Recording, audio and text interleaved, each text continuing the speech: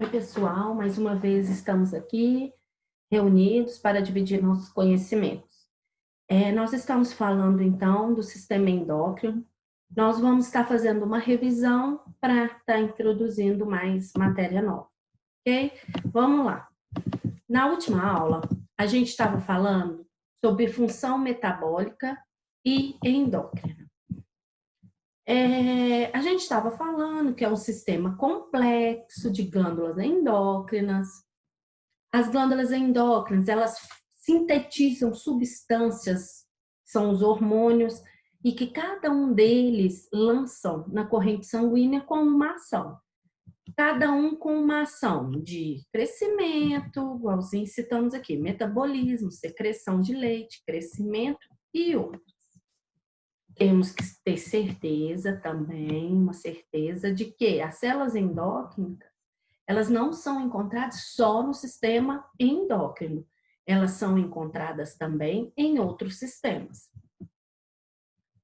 Os principais órgãos, né, desse sistema é a hipófise, hipotálamo, tireoide, paratireoide, suprarrenais, pâncreas e gônadas. Sendo que em homem e mulher são diferentes.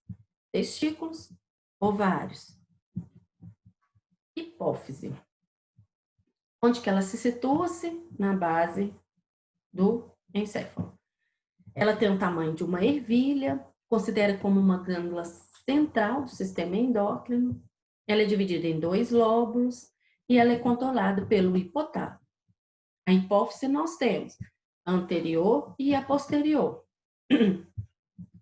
Anterior, FSH, TSH, LH, prolactina, adenocorticotrópico, somatotropina. E o posterior, vasopressina e a ocitocina.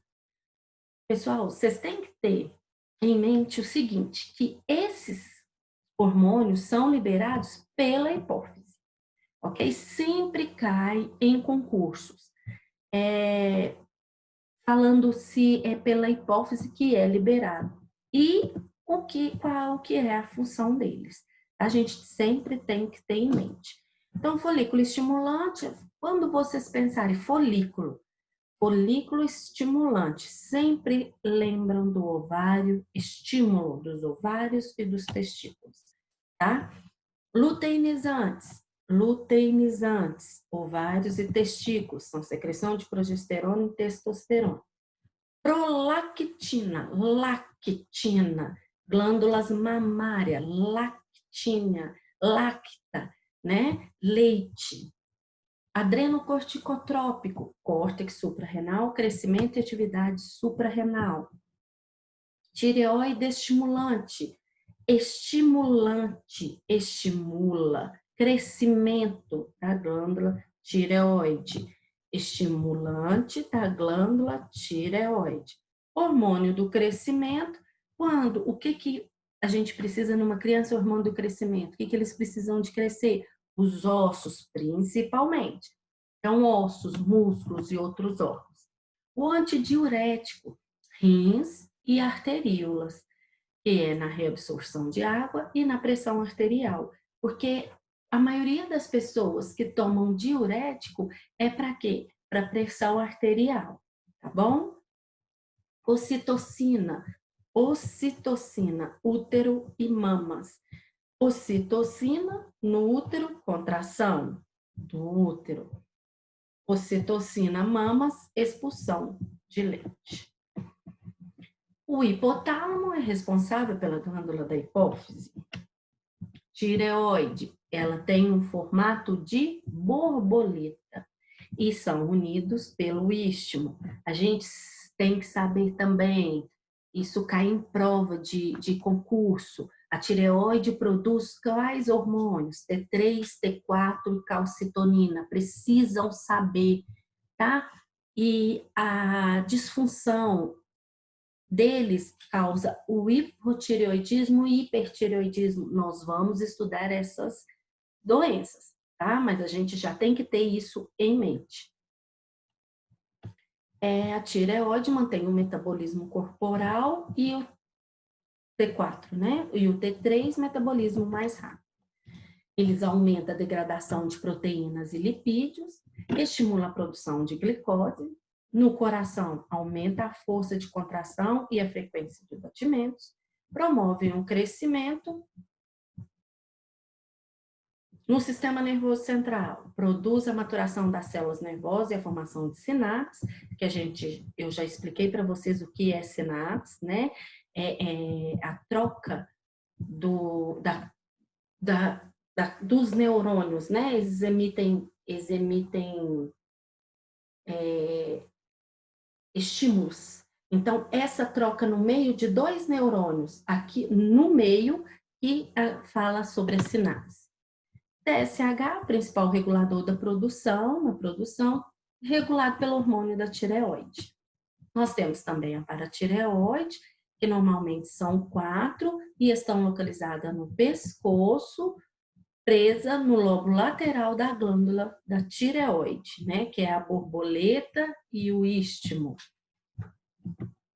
A suprarrenal, localizado no polo superior do rim.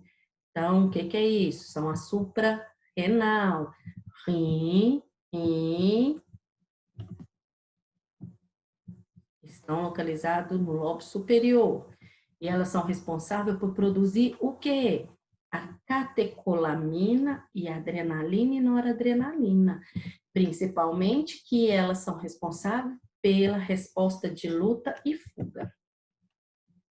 A suprarrenal, né? Ainda temos o córtex, que produz a glicorticoides, que é a hidrocortisona, que metaboliza de lipídios e proteínas no fígado, mineralcorticoides, aldosterona e hormônios sexuais.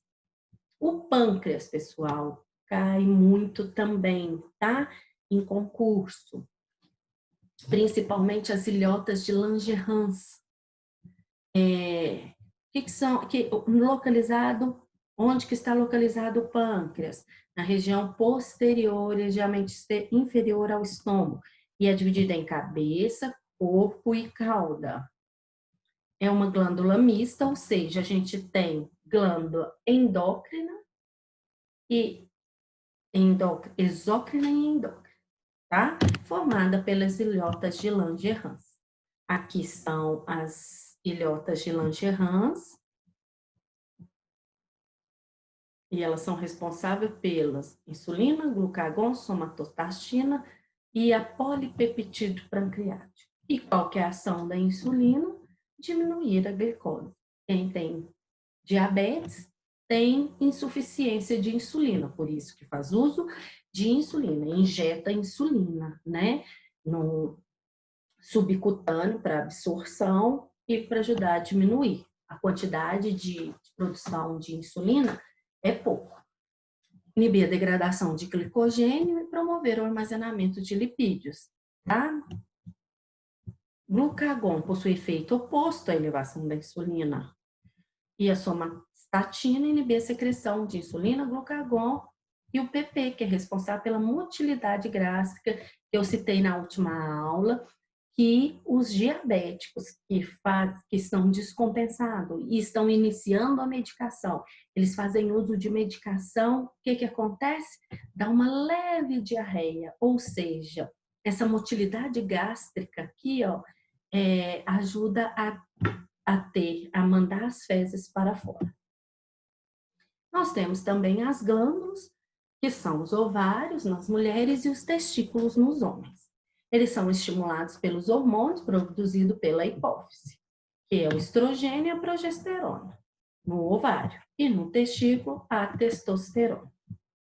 Pessoal, nós já falamos também, nós começamos a dar introdução, né, sobre a disfunção hepática. Nós vamos falar agora e nós vamos citar as doenças da disfunção hepática. Ok? A disfunção hepática, ela é causada por um distúrbio ou substância que vai lesionar o quê? Hepática, fígado. Causada pelo quê? Processos patológicos, que pode ser uma infecção, um distúrbio metabólico, toxinas ou medicamentos. A causa mais comum para acontecer essa disfunção hepática, a maioria das pessoas, desnutrição e maior em alcoolismo. A gente pode ver que as pessoas que são alcoólatras, elas têm os olhos mais amarelados. Aí a função hepática já está atingida, tá? Quais são os sintomas que a gente pode ter? Pessoal, às vezes o técnico de enfermagem questiona e fala assim: para que eu tenho que saber isso? Vocês têm que saber sim, porque às vezes quem está na frente são vocês. E vocês estão na frente para passar o que vocês estão vendo. Se vocês estão vendo que está com icterícia, pele e olhos amarelados, o paciente reclamou de cansaço, o paciente reclamou de fraqueza, reclamou de perda de apetite, vocês já começam a pensar, né? Os olhos amarelos, então você já vai falar com o médico, olha, pode ser função hepática, dê uma atenção maior para esse lado, não custa nada. Então, a primeira pessoa, vamos pensar em um PSF, quem está à frente? Técnico de enfermagem. O paciente vai ao PSF para ferir pressão. O hipertenso vai para ferir pressão. Você conhece ele todo dia. Então, você já sabe, se ele mudar, se ele aparecer com a pele diferente, os olhos diferentes, você já vai falar, olha, teve uma mudança. Se ele e vai passar para o médico, olha, ele teve essa alteração. As hemorragias gastrointestinais graves, né? O sangramento nas fezes, principalmente, tá? Acúmulo de líquido dentro do abdômen, que é a ascite. São aquelas pessoas, por exemplo, vamos fazer muita propaganda para estar ajudando aquelas criancinhas, umas criancinhas que são desnutridas, não veio à mente agora não, mas elas são magrinhas e o quê? Com acúmulo de líquido dentro do abdômen. Essa é a desnutrição. Não quer dizer que é o alcoolismo, mas é a desnutrição. Ela causa esse ascite, dá aquele líquido no abdômen, né?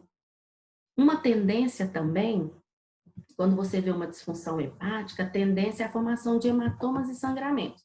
Nós falamos para vocês que dão esses roxos, né, que a gente fala, dá nos braços e nas pernas, nas mãos elas ficam vermelhas. A cor da icterícia, né, uma pessoa normal e uma pessoa com icterícia, e os olhos amarelados. A disfunção hepática. Diagnóstico, né? A gente vai como que você diagnostica? Pelo sintoma, pelo resultado de exame físico, exame laboratoriais, porque às vezes ele sente dor no fígado. Então, você sabendo a localidade dele, você já consegue pensar e fazer a ligação. O tratamento normalmente envolve o controle de consumo de proteína, a limitação de sódio na dieta, a interrupção completa do consumo de bebidas. Gente, é completa, não adianta, não, tem que ser radical, porque se é alcoolismo, a pessoa já não tem limite. É o primeiro, só uma, mas não consegue ter limite, tá bom?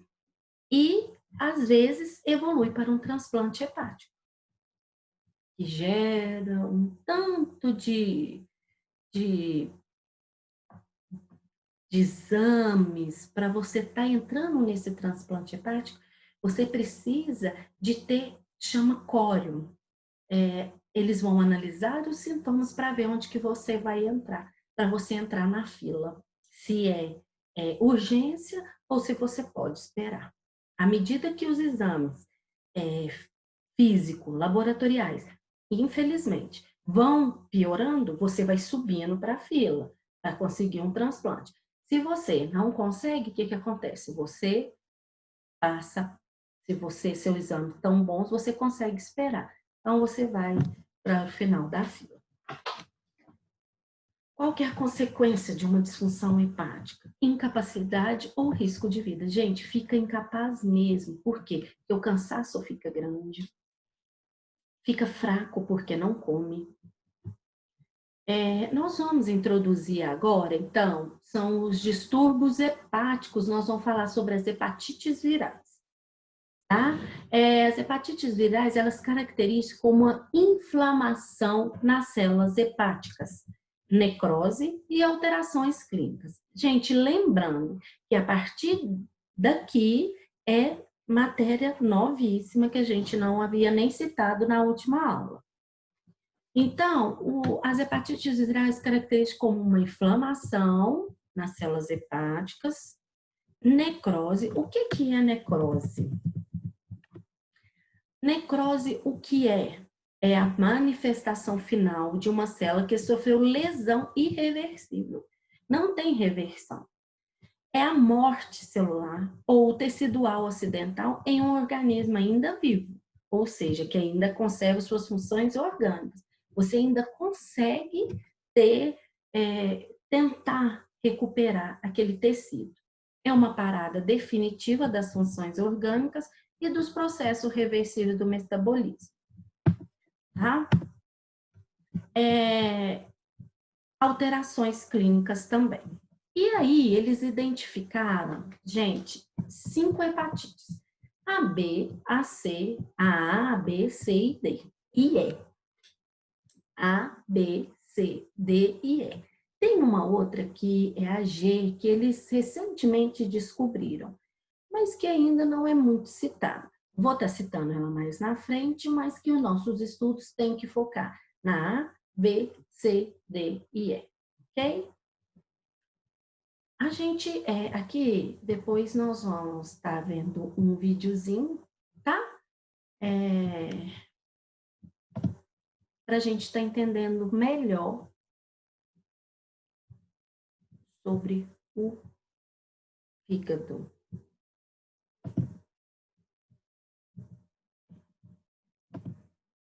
Vamos lá.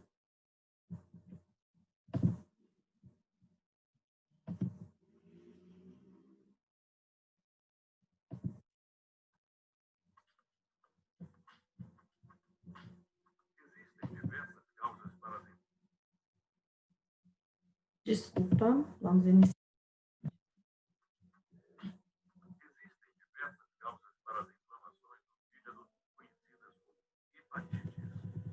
Esse curso do sistema Telelab tem como tema as hepatites virais, que no Brasil são causadas predominantemente por 5 vírus. A caracterização desses vírus é possível a partir da morfologia, da estrutura antigênica e da composição do ácido nucleico de cada um deles. Os vírus das hepatites A e E, HAV e o HSV são constituídos por uma molécula de RNA envolvida por um capsid formado pelo respectivo antígeno. Tanto a hepatite A quanto a hepatite do tipo E têm transmissão por via fecal-oral. Embora o vírus do tipo E possa ser transmitido por via sexual, a forma de transmissão predominante é fecal-oral. Não existe vacina contra o vírus da hepatite E. A hepatite causada pelo vírus do tipo A pode ser prevenida por meio de vacinação. O vírus da hepatite C tem, além da molécula de RNA e do capsid, um envoltório mais externo, o envelope, de composição lipoproteica. O anticorpo contra o vírus da hepatite C e o RNA viral são os marcadores pesquisados para o diagnóstico. O anticorpo aparece após 3 meses da infecção e o RNA viral já pode ser detectado 2 semanas após o contato. O vírus da hepatite C é transmitido predominantemente pelo contato com sangue contaminado. A partir de 1993, os testes de triagem de sangue de doadores passaram a ser obrigatórios. Indivíduos que receberam transfusões antes disso apresentam maior possibilidade de terem sido infectados. Equipamentos de hemodiálise de uso comum têm que ser limpos e desinfectados. dados após seu uso para proteger os doentes renais da exposição aos vírus das hepatites. Não compartilhe agulhas e seringas. Materiais de uso hospitalar e de manicure devem ser corretamente esterilizados para evitar a transmissão do vírus da hepatite C. A transmissão do vírus da hepatite C por relação sexual desprotegida e durante o parto é menos comum, mas também é possível. A hepatite C pode se apresentar de forma aguda e 85% dos casos evoluem para sua forma crônica. Entre 25% e 50% dos indivíduos infectados alcançam a cura espontânea. A infecção pelo vírus da hepatite B apresenta marcadores que auxiliam no diagnóstico da forma e do estágio da doença. Seu ácido nucleico é formado por uma molécula de DNA que é envolvido por uma dupla camada. A camada externa é constituída por uma proteína que é conhecida como antígeno de superfície do vírus da hepatite B, o HBsAg. Ele pode levar à produção de anticorpos conhecidos como anti-HBs. A camada interna é formada pelo antígeno HBc e pelo antígeno HBe. O antígeno HBc induz a formação de anticorpos específicos que podem ser detectados em testes para o acompanhamento da doença. O antígeno HBe, por sua vez, também leva à produção de anticorpos chamados anti-HBe. A presença do antígeno de superfície HBsAg caracteriza a infecção pelo vírus B. Ele aparece no sono de pacientes infectados cerca de 4 semanas após a exposição ao vírus. Os anticorpos IgM contra o antígeno HBc são encontrados na fase aguda da doença e continuam presentes por cerca de 6 a 8 meses após a infecção. Eles são substituídos gradualmente pelos anticorpos IgG, que permanecem no soro por toda a vida, indicando exposição ao vírus. O declínio da infecção é caracterizado pela existência de anticorpos contra o antígeno HBe, que sugere também uma possível evolução para a cura da doença. A presença de anticorpos contra o antígeno de superfície só pode ser detectada mais tardiamente. Esse marcador indica a imunidade por exposição ao vírus ou por meio de vacinação. Esses anticorpos permanecem no sangue por vários anos. Note bem, independente da circulação de outros marcadores, a presença do antígeno de superfície HBsAg e o ácido nucleico viral indicam a infecção pelo vírus. Seu manual Telelab contém uma tabela com informações detalhadas sobre todos os marcadores. A transmissão do vírus da hepatite B se dá por via sexual e por meio de contato com outros fluidos corporais contaminados. Profissionais que trabalham com hemodiálise devem trabalhar sempre com luvas estéreis. A partícula viral pode se manter infecciosa por até uma semana, por isso materiais externos importantes não esterilizados também são vias potenciais de infecção. O profissional de saúde deve tomar a vacina contra a infecção pelo vírus do tipo B. Seu manual Telelab traz a lista completa das indicações de imunização contra o vírus da hepatite B. O vírus da hepatite C, também chamado de vírus delta, tem sua camada externa constituída pelo antígeno de superfície do vírus B, do qual depende para penetrar na célula e se multiplicar.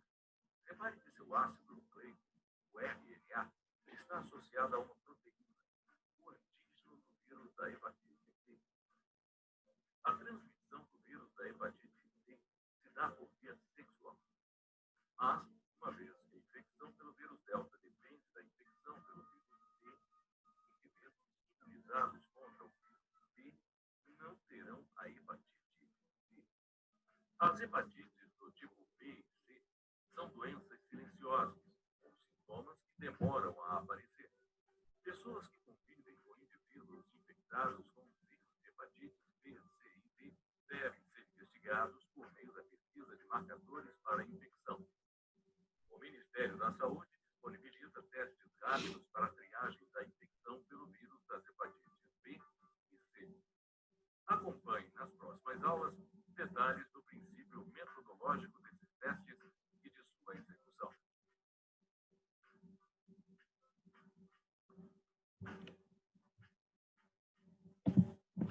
Pessoal, esse nós estamos dando a introdução, então, das hepatites. Nós vamos continuar com os nossos slides e as explicações. Vamos lá. Então, nós temos, então, já foi falado que a hepatite A é uma transmissão fecal e oral. Ela, através da ingestão de alimentos ou líquidos, só um momento que saiu, pessoal. Hepatite através da injeção de alimentos ou líquidos contaminados. Condições de saneamentos deficitários, né? Deficientes e contato pessoa a pessoa, especialmente frutos do mar. Às vezes esses frutos do mar estão contaminados e fazem uso e são contaminados, né? Através do frutos, alimentos e se alimentam e ficam contaminados. Resistente à degradação ambiental, resistente à temperatura até menos 20 graus. Eles não morrem, tá? Os sintomas, quais são os sintomas? Fadiga, náusea, dor abdominal, perda de apetite, anorexia e febre baixa, urina escura, indigestão, pirose e flatulência. O vírus sobrevive até 4 horas no meio dos dedos, da pele. Por isso que hoje a gente está vendo que com essa higiene que a gente está tendo por causa do coronavírus, a gente está evitando muitas doenças. Diagnóstico. É feito por observação dos sintomas, né? Quais são os sintomas? Fadiga, náusea, dor abdominal, perda de apetite, febre baixa. O que é a febre baixa? Quando que é a partir de febre, né, gente, que a gente considera? Até 37,6, 37,7, você está febril. Passou disso, 37,8, 37,9, já é febre. Então, é a febre baixa. Essa que é a febre baixa. Tratamentos e cuidados de enfermagem. Gente, toda vez que um paciente chega perto de você, você tem que colocar o que você vai fazer com ele. O que eu posso fazer? Eu vou orientar a fazer o quê? Repouso no leito, deita aqui, é essencial. Alimentação nutritiva, medidas de higiene com o intuito de evitar a contaminação dos familiares, principalmente que é fecal e oral, né?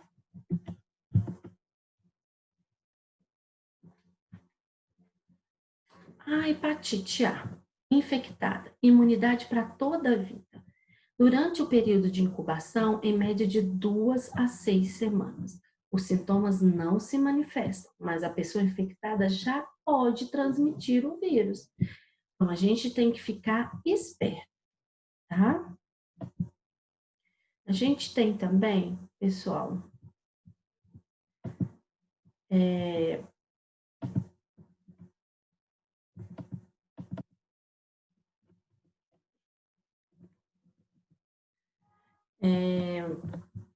a pessoa infectada, ela vai ser vai ter imunidade para a vida toda, né? Por isso que é essencial a vacinação. A vacinação, ela é administrada com 1 ano e 3 meses, tá? 1 ano e 3 meses, ela está dentro do calendário vacinal do SUS, do Ministério da Saúde. Durante o período de incubação, em média de 2 a 6 semanas, sintomas não se manifestam, mas é capaz de transmitir o vírus. Os sintomas, eles confundem, e o grupo de risco maior são as crianças e os trabalhadores da saúde, sempre, né? A hepatite B, pessoal. A hepatite B é uma doença viral que cursa de forma sintomática ou sintomática. A maioria dos casos de hepatite B não apresenta sintomas. A principal forma de prevenção é por meio da vacinação, né? A vacina são 3 doses, tá? A criança, ela já inicia quando ela já está dentro das vacinas que elas recebem. O adulto, ele pode fazer um exame para estar vendo a imunidade. Se ele tem imunidade para hepatite B ou não.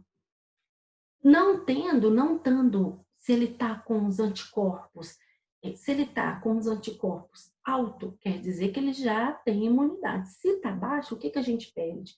Se ele já tomou e está baixo, a gente pede para tomar mais uma dose, ok? Hepatite B, causado pelo vírus B, HBV, vocês viram no vídeo. A hepatite do tipo B é uma doença infecciosa, também chamada de soro homóloga. O HBV está presente no sangue, no esperma e no leite materno. E é considerada uma doença sexualmente transmissível. A vacina contra a hepatite B. A imunização, gente, ela é efetiva quando se toma as 3 doses. Sintomas: o cansaço, tontura, enjoo, vômitos, febre, dor abdominal, pele e olhos amarelados. Gente, até então, para o médico diagnosticar uma hepatite, qual hepatite, só com exames. Os sintomas, vocês vão perceber, durante a gente estudando, que são quase os mesmos, mas só com exames de sangue que a gente vai estar vendo. Na maioria dos casos, não apresenta sintomas e muitas vezes é diagnosticado décadas após a infecção. Isso acontece muito quando a pessoa mais velha, por exemplo, criança, né, ela pisa em enxurrada e às vezes é contaminada, põe a mão na boca, tá sujo, põe a mão na boca e não tem sintomas nenhum. Depois, mais velha, ela vai ver que o seu fígado está lesado. Por quê? Porque ela contaminou uma hepatite, tá? E aí você vê aí o seu fígado já tá bem detonado. Tipos da doença, nós temos a aguda e a crônica. A aguda é quando a infecção tem curta duração. Os profissionais de saúde consideram que a forma é crônica quando a doença dura mais de 6 meses. O risco da doença tornar-se crônica depende da idade na qual ocorre a infecção, porque às vezes ele não tem sintoma, né? Hepatite B não tem cura. Tratamento, você tem tratamento, mas não tem cura. Você fica tendo hepatite, sempre vai ter. Quem teve, não pode fazer doação de sangue. Tratamento disponibilizado no SUS, objetiva reduzir o risco de progressão da doença e suas complicações, principalmente a cirrose hepática, câncer hepático e morte. Porque quando você... É muito interessante. A cirrose, quando o paciente tem uma cirrose, a maioria das vezes ele evolui para um câncer hepático. Hepatite B, então, nós falamos sobre elas, as formas, aguda. E nós vamos passar agora para C. É uma infecção geralmente silenciosa, que se desenvolve de forma bem lenta. A maioria das pessoas contaminadas com o vírus da hepatite C vive com ele de 20 a 30 anos, sem perceber. E por isso demora para receber o diagnóstico e começar o tratamento.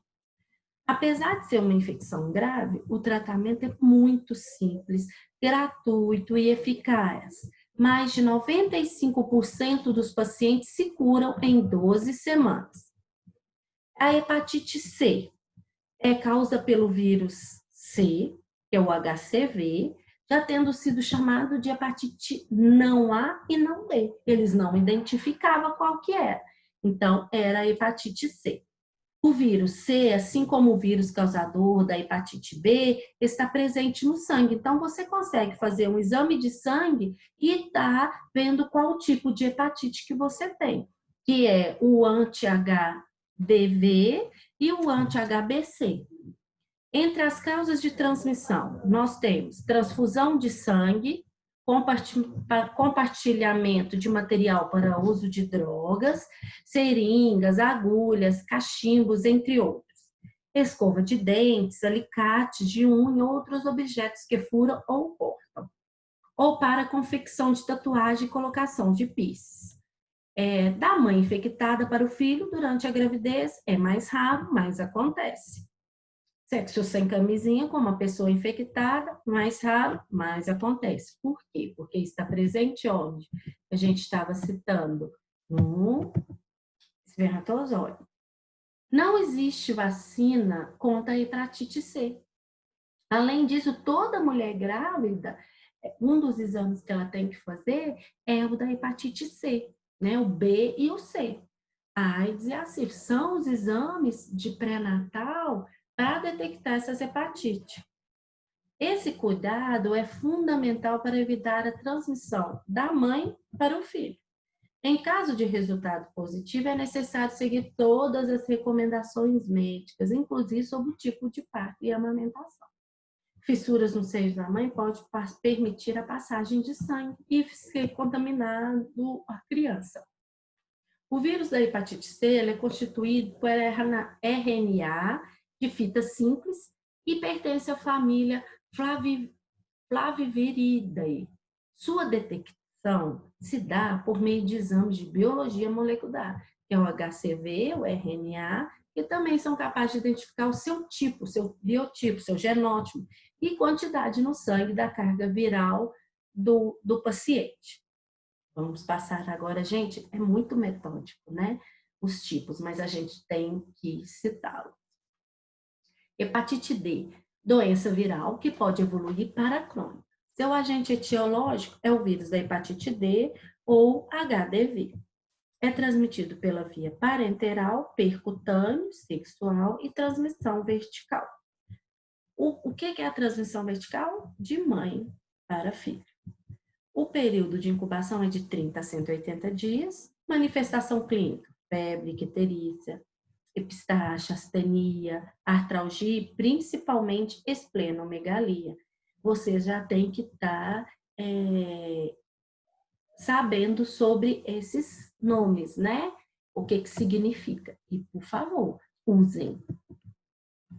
A hepatite E, transmitida fecal oral, através da água e alimentos contaminados. É igual a qual? Né? A manifestação clínica sintomática, especificamente em crianças. Assim como a hepatite A, admite-se que não existe cronicidade da hepatite E. Tratamento: repouso absoluto e a dieta. Aqui eu vou citar que é a hepatite G, gente, que ela foi descoberta recentemente e é provocada pelo vírus VHG. Ela é desconhecida sua forma de transmissão ainda, mas sabe-se que a doença é transmitida pelo contato sanguíneo, tá? Nós temos também a não viral, que é causada quando administrada por via oral ou parenteral, substâncias químicas capazes de produzir necrose aguda da célula hepática ou hepatite tóxica. Nós temos também a hepatite medicamentosa, isso o próprio nome já fala. Hepatite causada por medicamentos. Sensibilização por medicamentos. Pode ocorrer tanto no primeiro dia de uso de um medicamento ou surgir vários meses depois. Não tem o tempo certo. Qualquer medicamento pode afetar a função hepática. Qualquer. Por isso que o do vizinho a gente não pode tomar.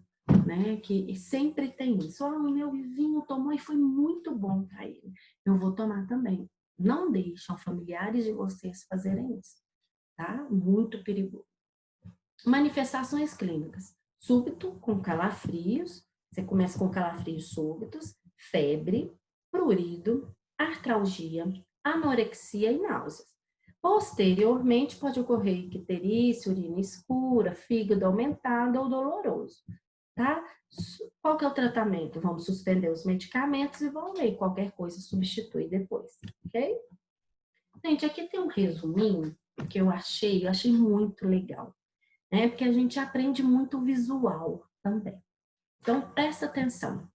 Nós temos a hepatite A. É um vírus, geralmente, benigno. Qual que é a transmissão? Oral fecal. Período de incubação, 15 a 20 dias. Sintomas leves. Pode ser confundido com os da gripe. Por quê? Que é febre baixa. Lembra? Cronicidade. Não. Cura espontânea em 90%. Essa é a hepatite A. Nós temos a hepatite B, transmissão parenteral e sexual. Vertical também, tem transmissão vertical. Portadores crônicos vão sempre ter essa doença. De 5 a 10% tem a ascite, que é a barriga com água, né? Peritonite, inflamação do peritônio. E o período de incubação de 60 a 90 dias. Ok?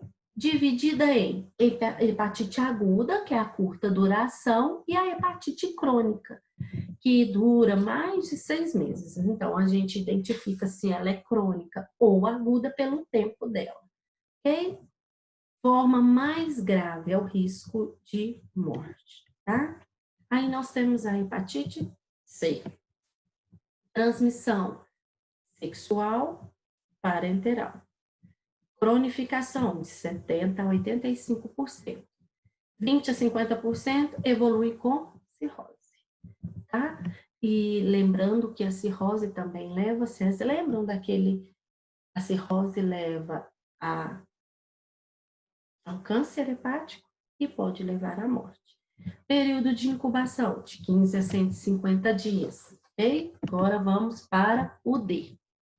Transmissão vertical, contato pessoal, somente se replica com o vírus, tá bom? Hepatite aguda, muito grave. Só se manifesta em conjunto com a hepatite B, co-infecção, superinfecção. Ok? Hepatite E. Água contaminada. Lembram? Igual a qual? Hepatite A. Transmissão fecal oral. Não apresenta cronicidade. Quais são os sintomas? Icterícia, falta de apetite, náuseas, vômitos, febre, dores abdominal, período de incubação de 15 a 60 dias. Agora, pessoal, nós vamos para o exercício, ok? Vamos lá, anotar os exercícios.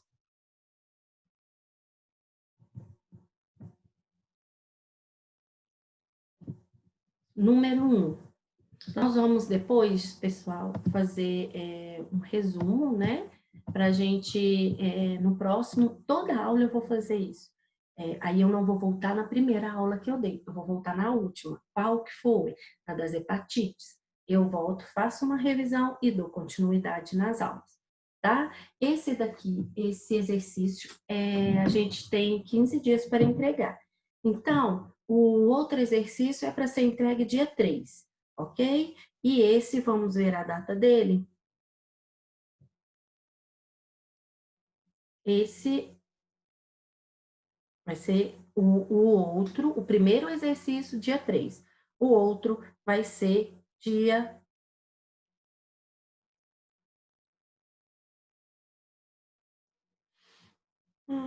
vamos ver aqui, pessoal. Dia 17 de julho, tá? Conforme combinamos, quem for de fora, eu aceito por e-mail. Fora isso, não. Esse eu quero, quem for daqui, eu quero eu quero que manda foto, eu quero que seja escrito à mão, tá bom? Eu quero foto se não conseguir entregar na própria secretaria, pode mandar foto para a Júnia tá me encaminhando, tá bom? Número 1, então. Quais são os tipos de hepatite?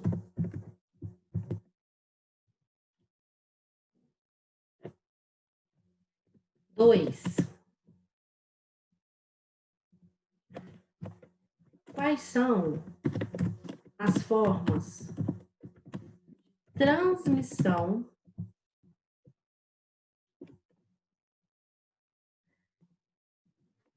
ditada hepatite. Vocês vão colocar uma por uma e colocar a forma de transmissão, tá? As possíveis formas de transmissão. 3.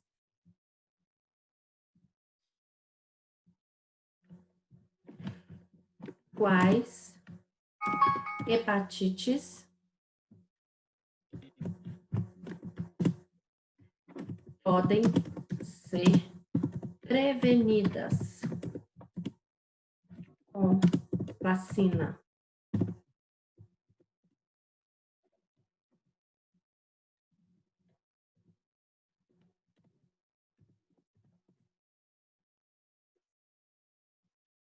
Com a forma de administração, idade.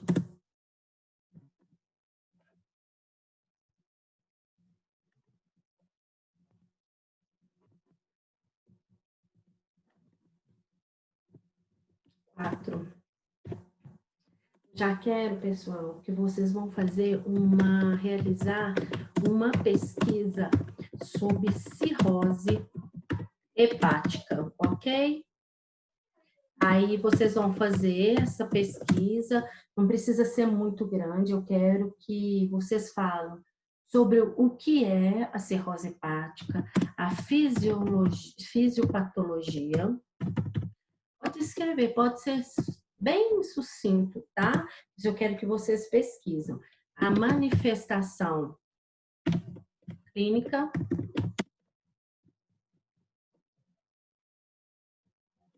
e tratamento. Não esquecendo que esses exercícios são só esses 4, tá? E ele deve ser escrito à mão, ele pode ser entregue na secretaria ou através de foto e ser encaminhada para a Júnia, a aluna Júnia, que a aluna pode me encaminhar, ok? A nossa aula vai ficando por aqui.